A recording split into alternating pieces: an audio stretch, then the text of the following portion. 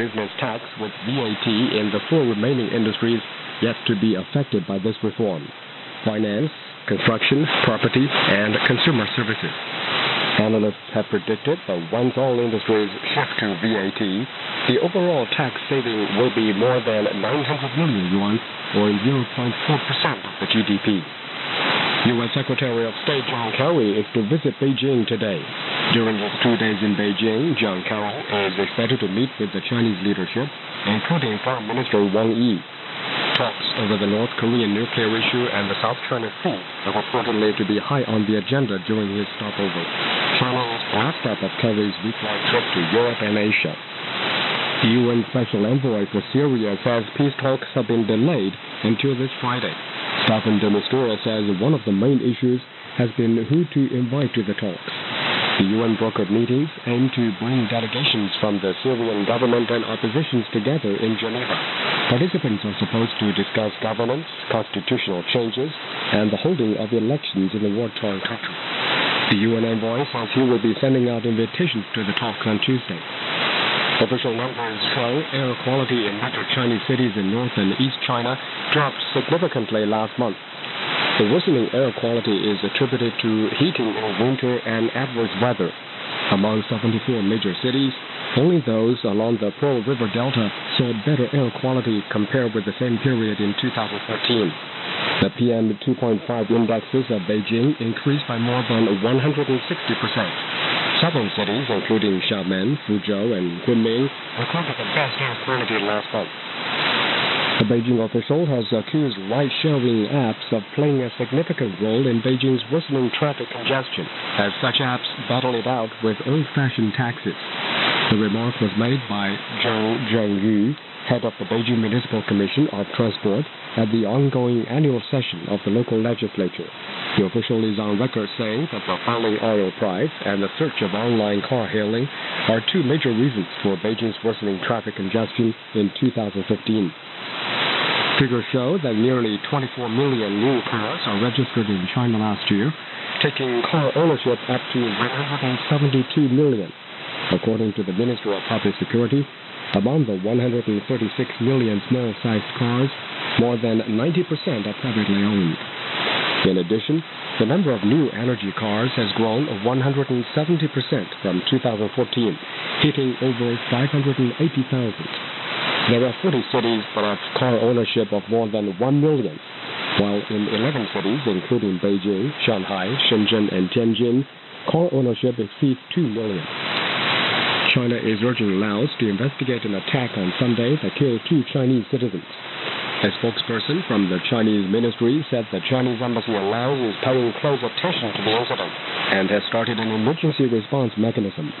2 Chinese nationals were killed and another injured in the suspected bombing in central Sisamban province of Laos on Sunday morning.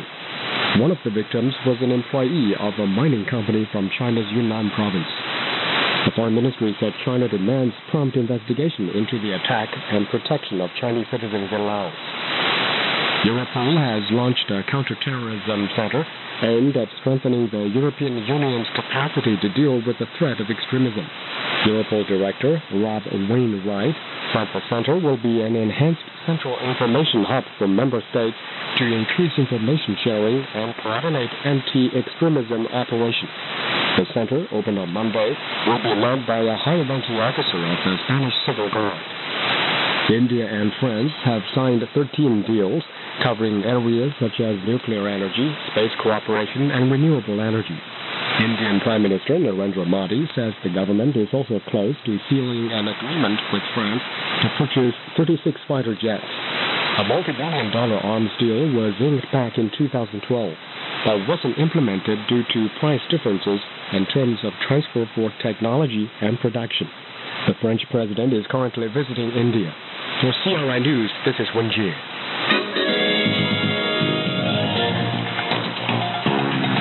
This is People in the Know, a weekday forum for in-depth coverage of the news shaping China, the world, and your life.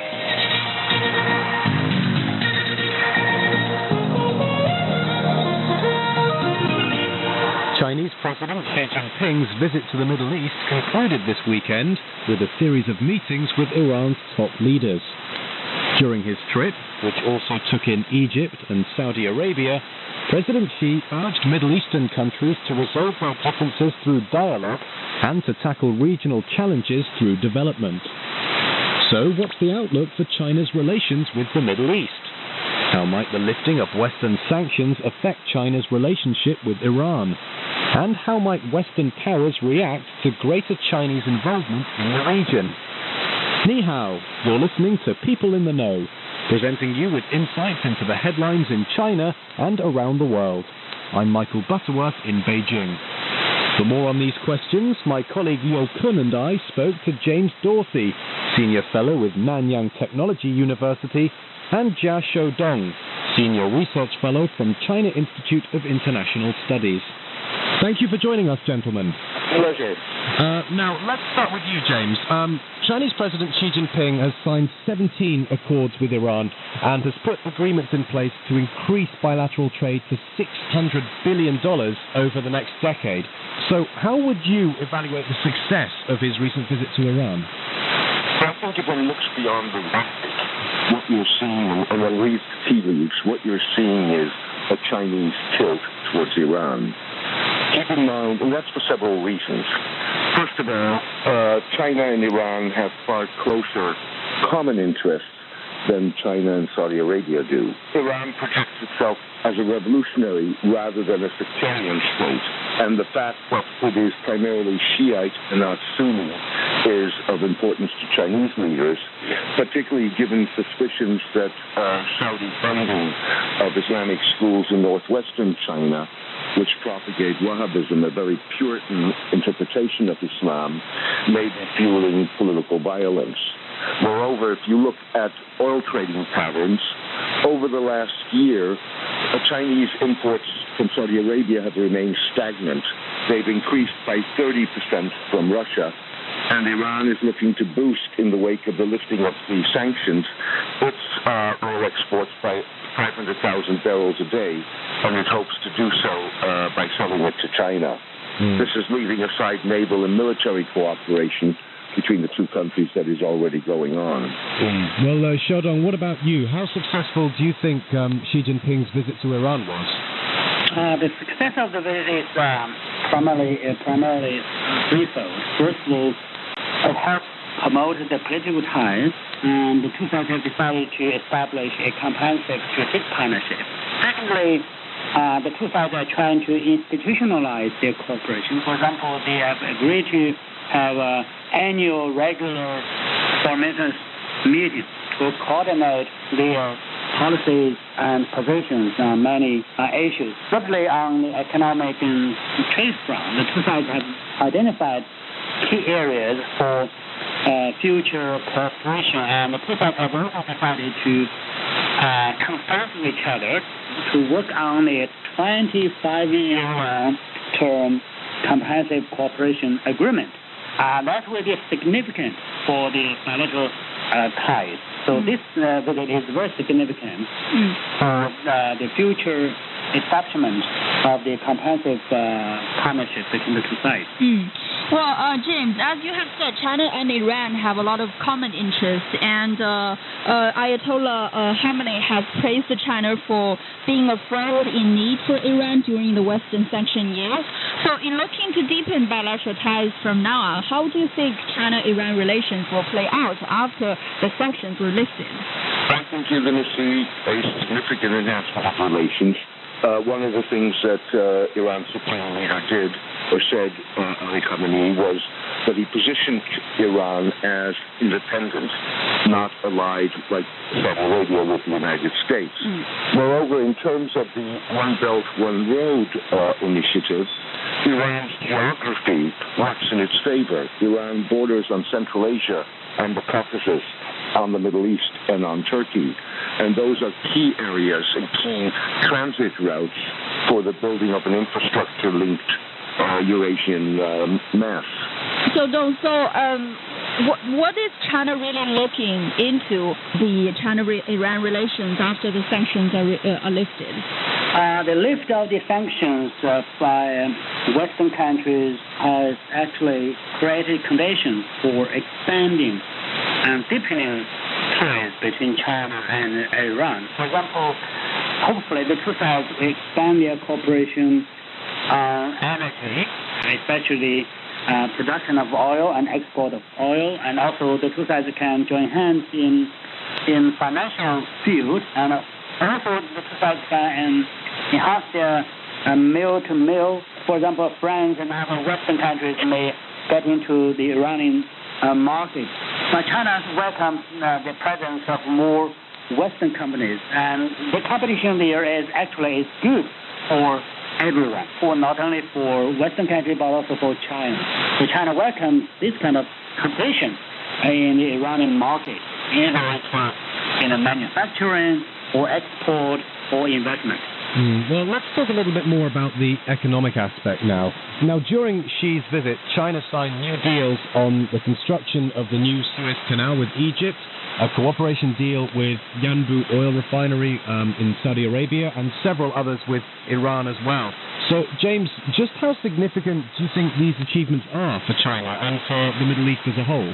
I think there are two things to keep in mind. China benefits from the fact that it was the United Nations rather than Western countries, and particularly the United States, that lifted sanctions. In fact, the United States, since the lifting of the sanctions, has imposed more sanctions on Iran. So in that sense, China benefits from that. The economic aspects are very important, both in terms of commerce and trade, as well as in terms of the One Belt, One Road initiative. But I think what China is also gradually learning, that the Middle East will not allow it to simply build its relations on economic ties. The Middle East does not like to be ignored. It goes to great lengths to make sure that it is the center of attention. And it sees China, whether China sees itself as such or not, as a superpower, and feels that China has to take on the responsibilities of a superpower. So what you're already seeing is the very beginnings of China realizing that it cannot only be an economic player in the region, it will also have to be a political player. Well, we've talked a little bit already about the Belt and Road Initiative. Xiaodong, how important do you think these deals and other deals like this are for China, and how can these help China really sort of tap into the Belt and Road? Are there any other industrial areas that China can cooperate with the three countries apart from oil and manufacturing? Of course, the Belt and Road Initiative is the general framework or umbrella for the cooperation between China and these countries. Energy, of course, is the foundation. However, in addition to that, the two sides actually have decided to expand their cooperation and infrastructure building and enhance their trade and investment relations. Actually, the two sides have identified new areas for cooperation, like new energy, clean energy, and the for nuclear energy, and also cooperation in space, for example, satellite launches for these countries. So China is actually seeking synergy of the development strategies with these countries so that both sides can benefit from this cooperation. You're listening to People in the Know. We'll be right back after this short break. People in the Know. The in-depth current affairs show with insights on the news that shapes China and the world. People in the Know helps you to know the world better. Chinese issues. China is growing. China needs to slow down the investment growth. International affairs. The global imbalance actually was stressed that the economy will see that's modest, optimistic. People in the Know is CRI's in-depth current affairs program that provides you with daily insights into the events that shape China and the rest of the world.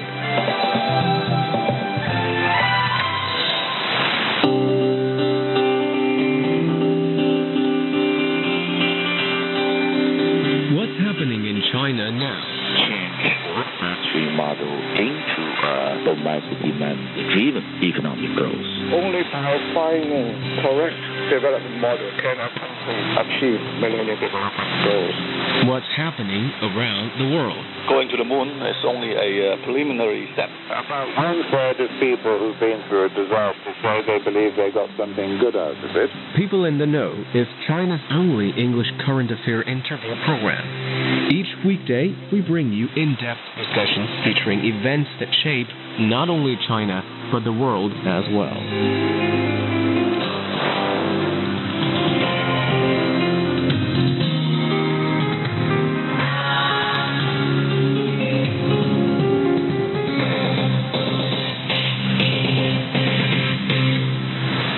Ni hao, you're listening to People in the Know, presenting you with insights into the headlines in China and around the world. I'm Michael Bettewer. With President Xi Jinping having concluded his state visit to the Middle East, Liu Kun and I spoke to James Dorsey, Senior Fellow with Nanyang Technology University, and Jia Xiaodong, Senior Research Fellow from China Institute of International Studies, about China's relations with the region. On the political side, Xi Jinping delivered a speech at Arab League headquarters in which he began with this. The Middle East is a land of abundance, yet we are pained to see it still plagued by war and conflict. Where should the Middle East be headed? This is a question the international community keeps asking. Then he proposed 3 solutions. James, he proposed enhanced dialogue, accelerate development, and choose the right path that suits the national conditions of the countries. So, James, what's your interpretation of these words? I think that Xi Jinping and the Chinese are going to discover that it doesn't quite work that way in the Middle East. First of all, for a dialogue, you need parties that want to talk to one another. The Saudis have already said that they have no interest in talking to the Iranians. Similarly, the dialogue between Israelis and Palestinians is a dialogue of the deaf. The dialogue between the government and the opposition in Egypt is non-existent. It's one of repression. So you don't have dialogue at this point. What you do have is a region that is in transition, in a very violent, very volatile process of transition, but nonetheless it is in transition. Economic development has been put forward repeatedly as a way of trying to bring parties together, particularly the Israelis and the Palestinians as an example, and that has failed. So I think that what you're seeing is that all of the traditional principles, certainly the traditional principles of Chinese foreign policy, are being challenged in the Middle East. And I would argue that over time, the Middle East may be the driver for change in Chinese foreign policy. But we're already seeing with, for example, the way the visit to both Saudi Arabia and Iran was handled, but also with the establishment of a logistical military facility, the first that China has in Djibouti. Excuse me, may I share my view on that? Certainly I do agree with what James said about, China's policy towards the Middle East when it comes to dealing with the confrontation, conflict. Actually, China's policy, China's proposed ways of dealing with the differences, conflicts, and competition in the Middle East is not the root of the causes. Actually, some countries, especially Western countries, try to support one country against another, support one group against another. That kind of approach certainly produces more problems, creates more problems than they have solved. We all know that the Middle East is plagued by chaos and differences and war and so forth. But at the end of the day, even though all these groups, countries refuse to have dialogue, at the end of the day, dialogue is still a viable way to find solutions. For example, on the Syrian question, at the beginning, all groups are in opposition side, but finally, the major powers have agreed to have the dialogue and already have 2 rounds, and the different parties on Syrian crisis have agreed to come together. Of course, the process will be very difficult, and the twists and turns and ups and downs, but finally they have to deal with their differences through dialogue. Even Saudi Arabia and Iran, at the end of the day, they have to come together. Otherwise, their antagonism will persist, and no one will, win from